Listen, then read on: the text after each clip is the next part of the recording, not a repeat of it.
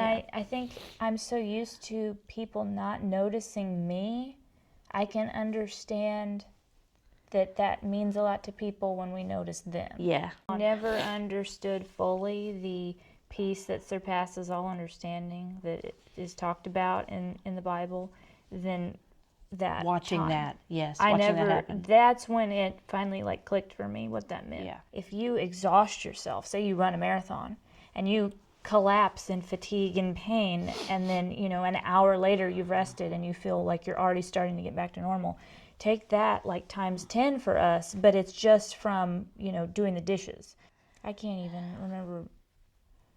remember what it feels like, the life I had just a few years ago, where even though I was in incredible pain and super fatigued, I could still like push through it for that 1 minute, 2 minutes, whatever it was. Yeah. I can't even imagine that now. Every time I imagine trying to be physically active in any way, it's like it's almost like some kind of internal trauma that triggers that I can feel the pain and fatigue before it even hits. As hard as it is, because you always have pain and fatigue with but this. Like to the level that I would have when I would exhaust myself, when other people wouldn't doing that. For years I said, I guess other people didn't say this, or maybe they do, I don't know.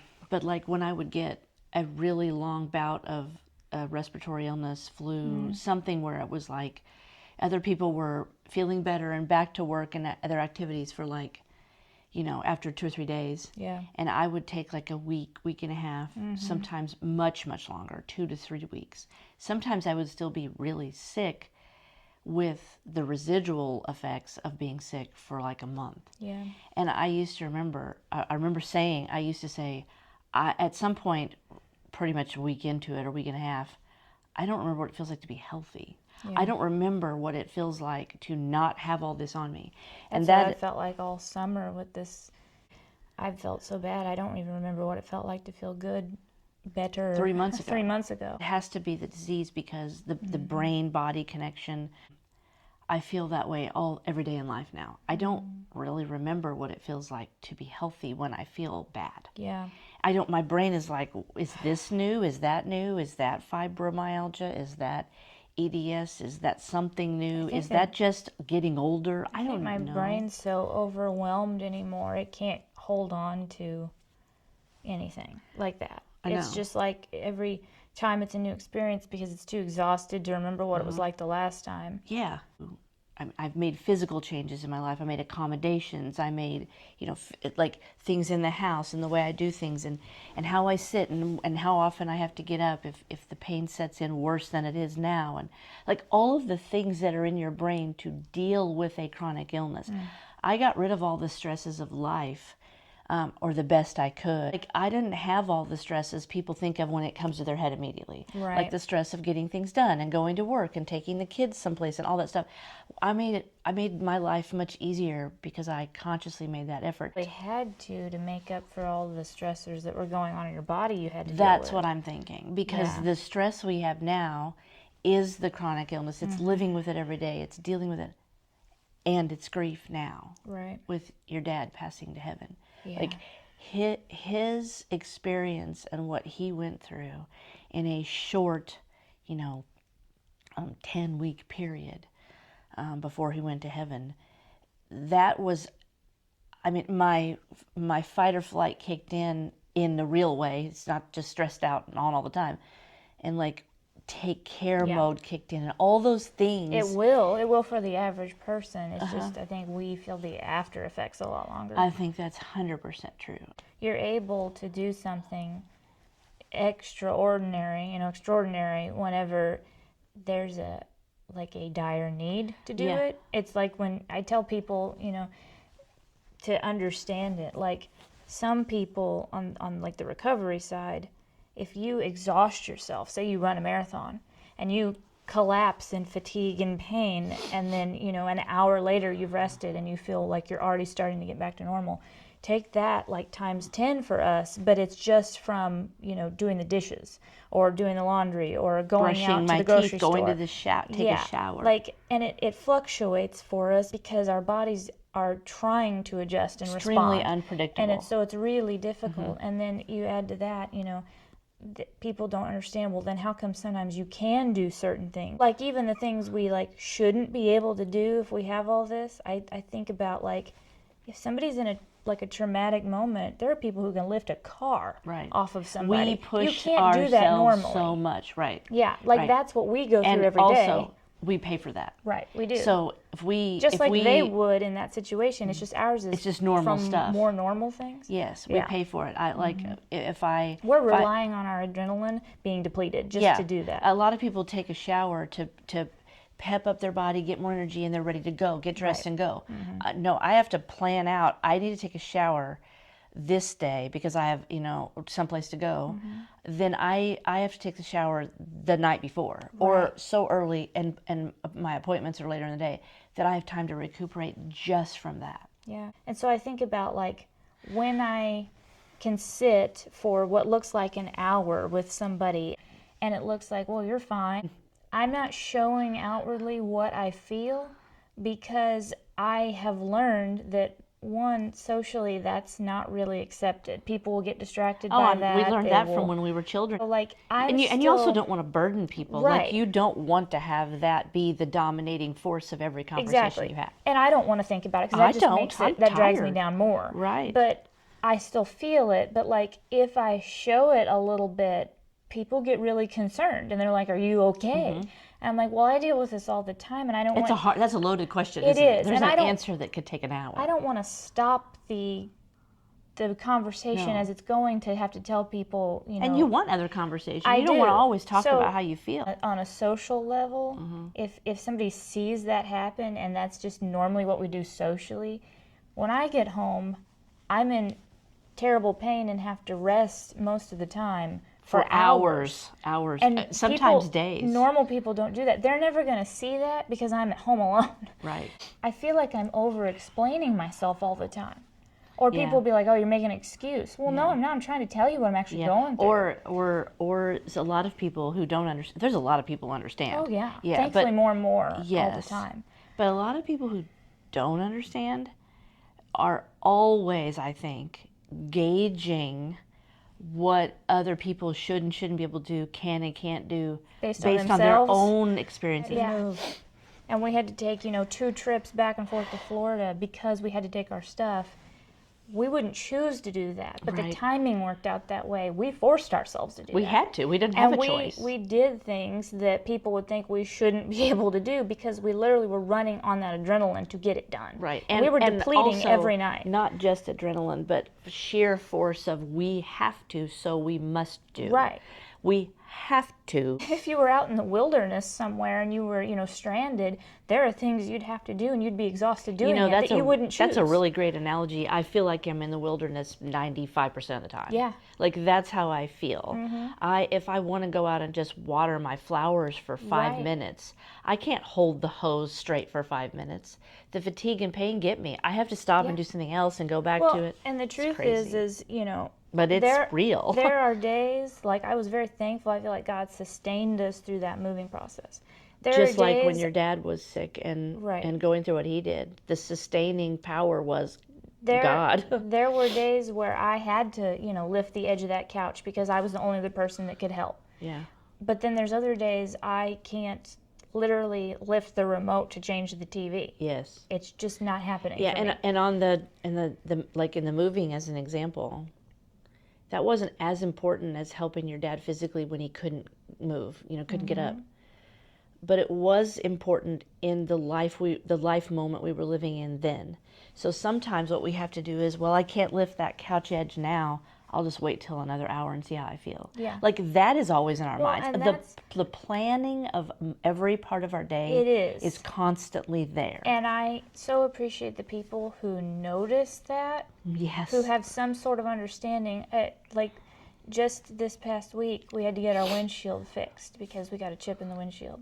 And so Safelite came, and there was this super nice guy. Oh, he was younger than me. Kind. I could tell that. His heart, you could see it in his heart. Like the way he came and was fixing the windshield, and you and I we're moving a handful of stones we got for the backyard because we can't mow all the time. You know, like, we can't do lawn care like other people can. So we have to have help or something, you know. So there's areas that we're like, it would just be easier to cover this.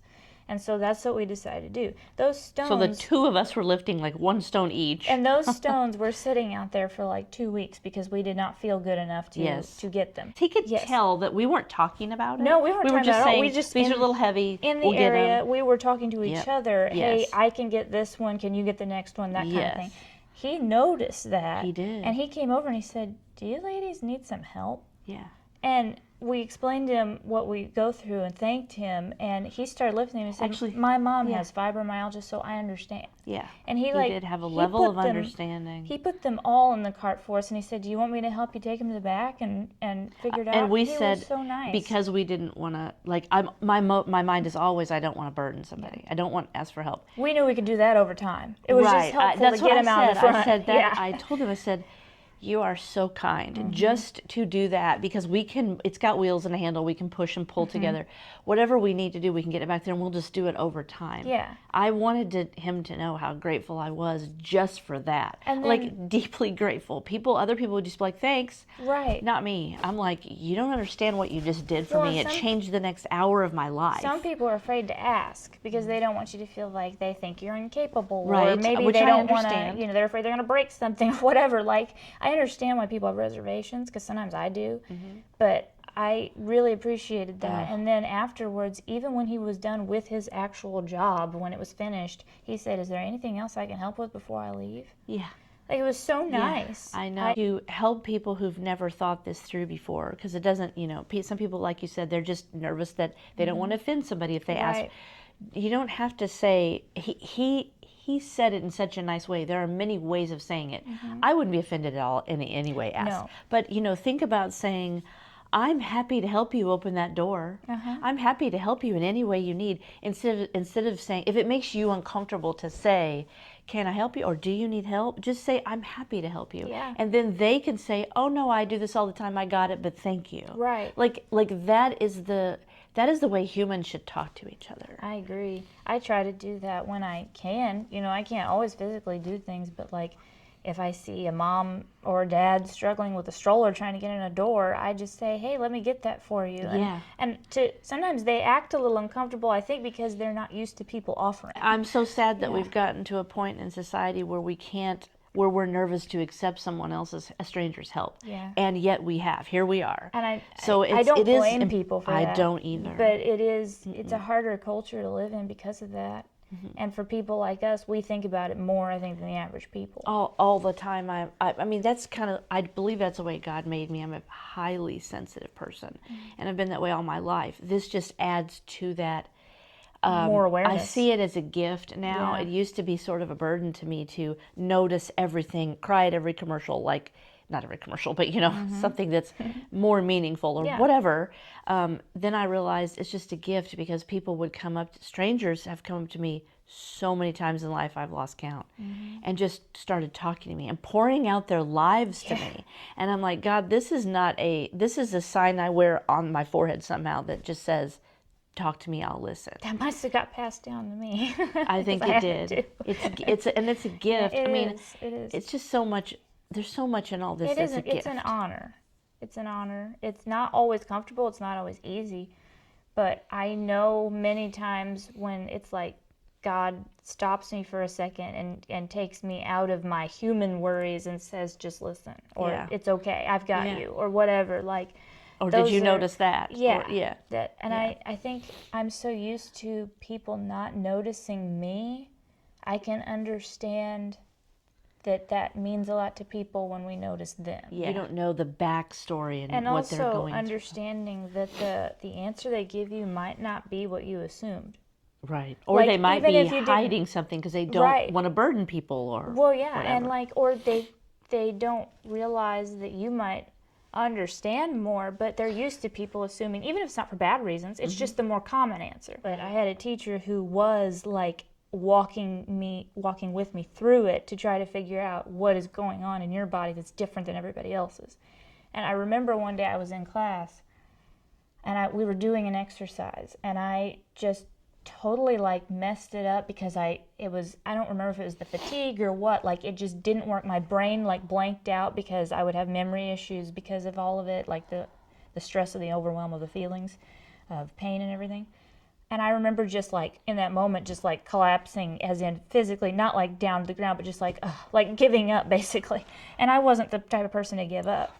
No, and they knew that. All your teachers knew that. But most teachers would have just been like, why are you giving up? Move on. It's a mental thing for them that it's like, oh, you're just lazy, you're just whatever. He was totally different. He looked at me and he said, are you in pain? Are you okay? And I actually felt embarrassed in that moment because I was like, it wasn't like intense pain that stopped me. It was more frustration of overwhelm of what's going on in my body. Things aren't working. I messed it up. And I was just honest with him. And I said, I really appreciate that you asked me that. And I said, honestly, I just got so frustrated in the moment from all of this. It just like took me over. It overwhelmed me. And he actually looked at me and he said, I understand. That makes sense. Like he didn't get mad at me. He was just like, that makes sense to me. And I'm like, I've never had anybody react that way in that world before. Not like that, and that made such a difference to me. It sticks with me to this day. And that was like well over 15 years ago.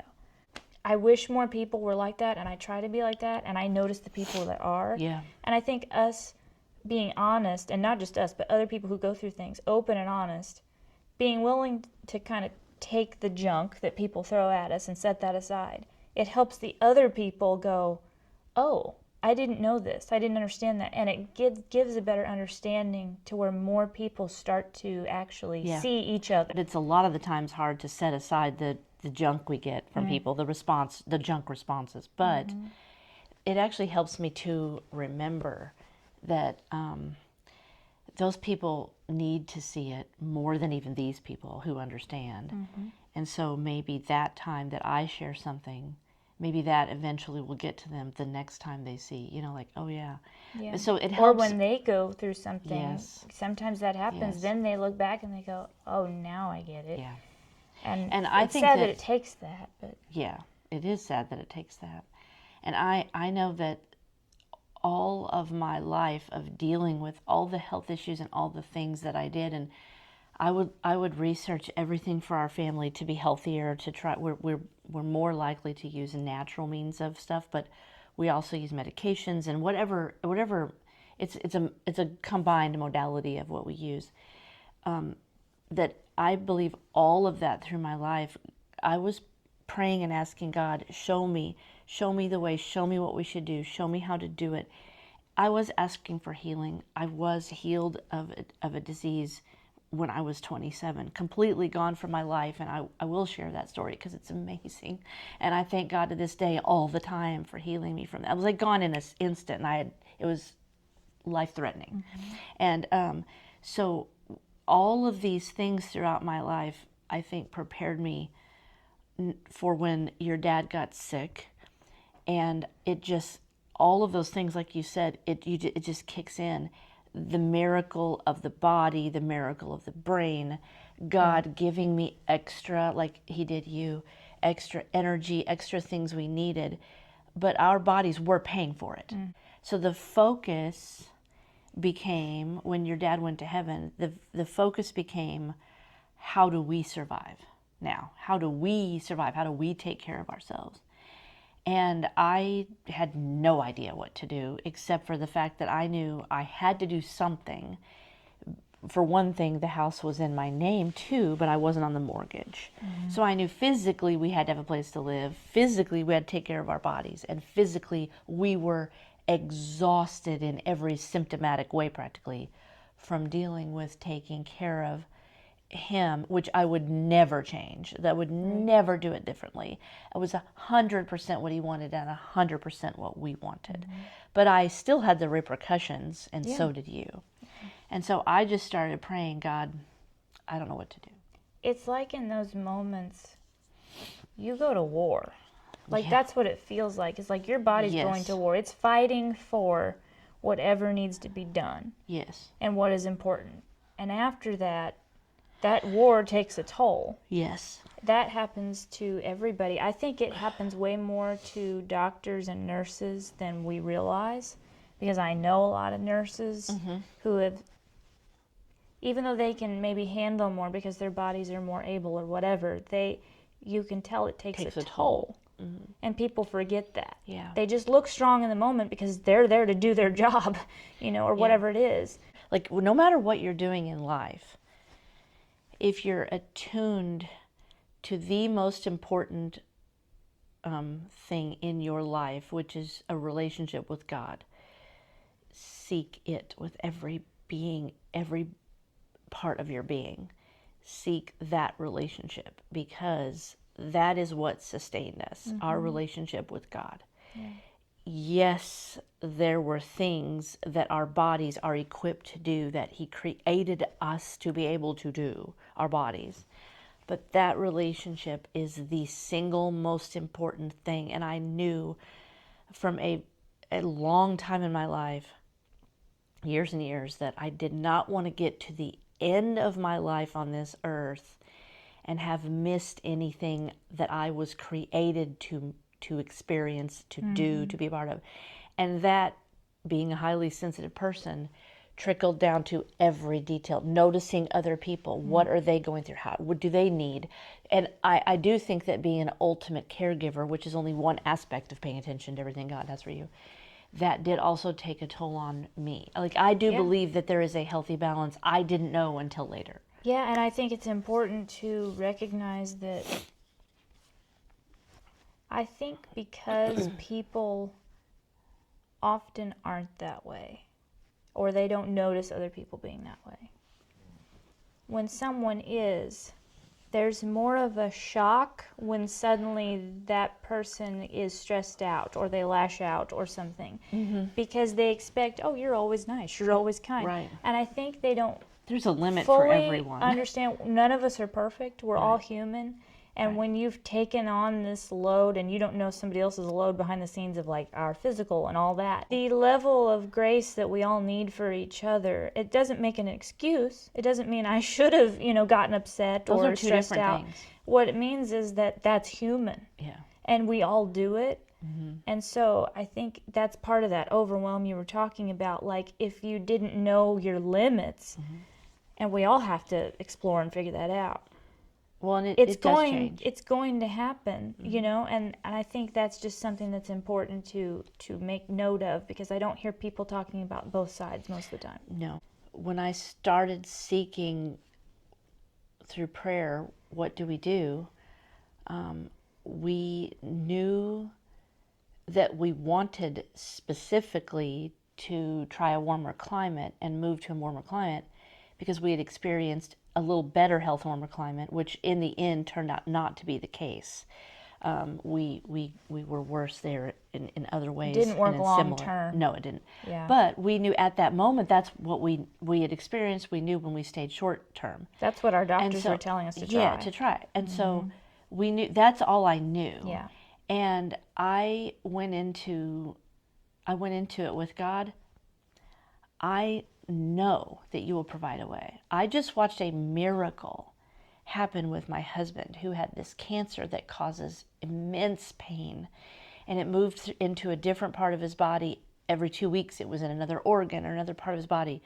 It was extremely fast and extremely aggressive, and the specialist, who was one of the top oncologists where we were at, said, this is really rare. I don't see this happen this fast like this hardly ever. It's rare. We watched a miracle happen, that he didn't have any pain. He had very few symptoms.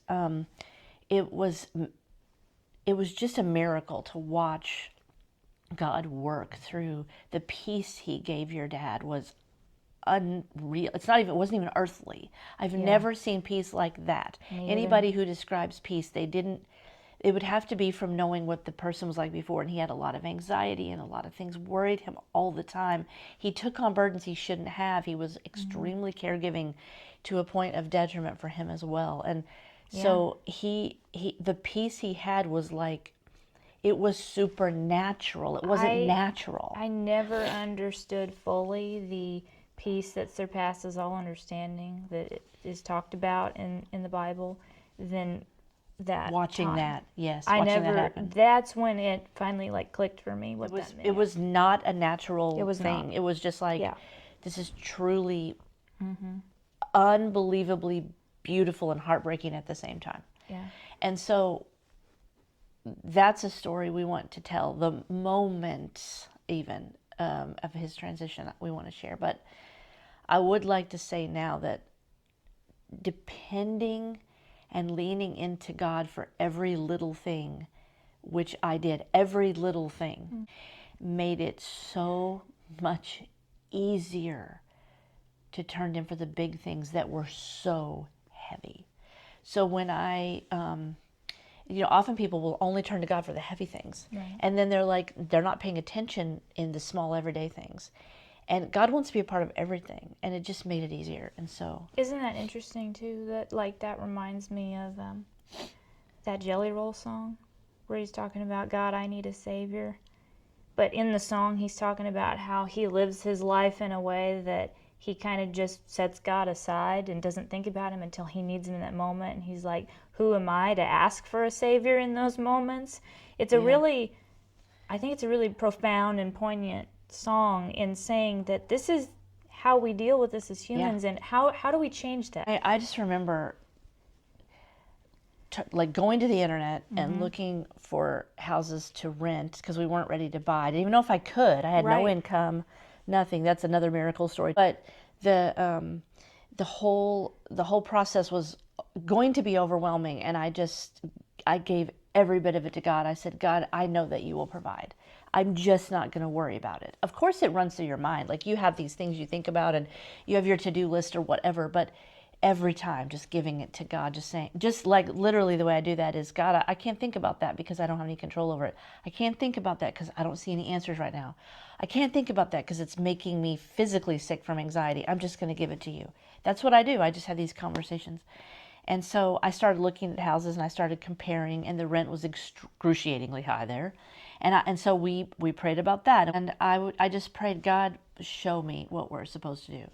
One house in this area of the city that we knew stood out to me in an area in a place we hadn't been technically, right, but we knew the general area. And one house stood out to me. Well, I knew it would probably go fast, and so I messaged the first house, the owner of the house, and he said, I told him our story. I just said, this is what we're dealing with. I don't have an income. I have to be honest. This is what we're dealing with. I have this amount of money I can, live on. It's not a lot, but I have some. And I told him about Everett passing, and it was a miracle. It was God saying, this is the one, walk through the door. Walk through this door. Literally. Usually it's figuratively, but it's literally. He said, I really want you to have it. And a lot of people, he was very, very kind. He wasn't pushing me, wasn't making up anything. He just said, I really want you to have it. He was very touched by our story. He really was. And he said, I'm a believer too, and I want to help you. I believe that I should do that. That was it. It was the first house I called about or messaged about. And God provided the way, and we were in that house. That was the first house we went into after your dad passed. And renting from him was amazing. I didn't want to rent long term because of the difficulties of that, especially if you have chronic illness. And you don't know what kind of landlord you're going to get. Exactly. And he was amazing. He was so kind. He accommodated everything for us. He flew in to meet us, and he would check on us personally. He's like, "Are you okay? How are you doing?" Yeah. He was great, and so many people were. God gave us a new family of people, people we'd never met before. Some people we had known throughout our lives, and some people Everett had known, and we felt taken care of by a God who loves us, and that was a miracle. We had no idea that it was going to go this way. From there's way more story than that we can share. Literally what we knew in our brains, but then we knew in every way is, you're not promised tomorrow. Right. You don't know tomorrow's going to come. You don't know that tomorrow will exist for you on this earth. And so it matters today. And so even if it's just turning to God for the one thing you need today, Maybe it's your health, maybe it's your job, maybe it's praying for another family member, maybe it's giving your life over to God so that he can then, through Christ and his sacrifice on that cross and raising up from the dead. You don't have to die. We don't die from this world, we pass to another one. And I just know, we've seen it. We've seen what that looks like. Yeah. All of that experience, that changes your life. It doesn't, you're not the same after you go through something like that. No movie, no TV show, no story that someone you love that has told you of their experience, none of that can fully prepare you or help you to understand what something is like until you go through it. And literally watching someone pass from this life. There are memories that are good and memories that are not good that will be with me in my head forever. Yes. I can still hear certain things in my head that I witnessed. Thankfully, and that in your was head hard. on this earth. Yeah. It was not very, eternally. God's just going to take that. Watching somebody go through that and struggle and all those things, like there are things that never leave you. But the beautiful thing isn't that what I meant about the beautiful is he wasn't struggling. Right. We're watching something happen that is hard for us. Yes. Yeah.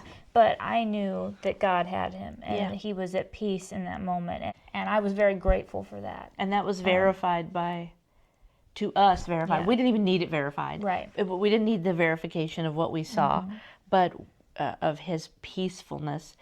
But the hospice nurse that came in, and then our friend who does own the funeral home, came in within the hour. Yeah. And they both told us separately that he had a peaceful tear in his body and no sign of stress anywhere. Right here. Right here. Yeah. And no sign of stress in his body. And she had told us some stories of seeing people who were not believers in God, not believers in maybe Jesus. Maybe she can be in other ways, but there were things that were hard to hear, but were also comforting in knowing that he didn't experience that. Yes. Well, because people say, how are you so strong to even talk about it without breaking down? And that the truth is, I'm not strong. God gives me that strength, but also because I feel like it needs to be shared, and I believe he's asking me to. But also, I can't go there. I can't mentally go there in ways. If I did, I would break down. Oh, I do often. I am reserved when I'm talking about it because I have to be. Yeah. But I don't know how to. It's like an exasperated. I don't know how to explain this because it's very difficult. I think what really has been sitting with me, especially this last week, when I just have been thinking about it more, and I have been very emotional about it. This is a hard month for us because this is the month that he did go home to heaven. And hope and a light in our lives that we know where he is, but being here physically on this earth still without him is a heaviness. Right. And remembering all of that. When I think about all that this month, and I think about what else is going on in the world, and the world is certainly not getting any better, no matter how you look at it. I mean, there's a lot in the world worse. That is getting worse in a lot of ways. I just keep thinking about, like, what would I want people to know if this was my last day on earth? Like, what would I care about? And that's where it's coming from. I believe that Jesus is real, and he loves you, and it doesn't matter what you've done in your life in the past. He is there, and if you accept him as your Lord and Savior, you can know that you are forgiven, and that you will know that you will be with him for eternity, and this life is not the end. And that is just what sits really heavy on my heart, because this could be my last day on earth. I don't know. And I just want people to know that. And it's their decision whether, they believe that or not. And I respect that it's their decision, but I also know what matters to me and what means something to me, and I want to share that. Your dad saw Jesus. That was clear. The things that he was saying and how he was talking, but that tear. And that peace. There is no other God can do that. There is no other God that is alive. Everett is not gone. He's not dead. He's alive. He's alive with Jesus in paradise today. And that's all that should matter to anyone. And I pray that it does.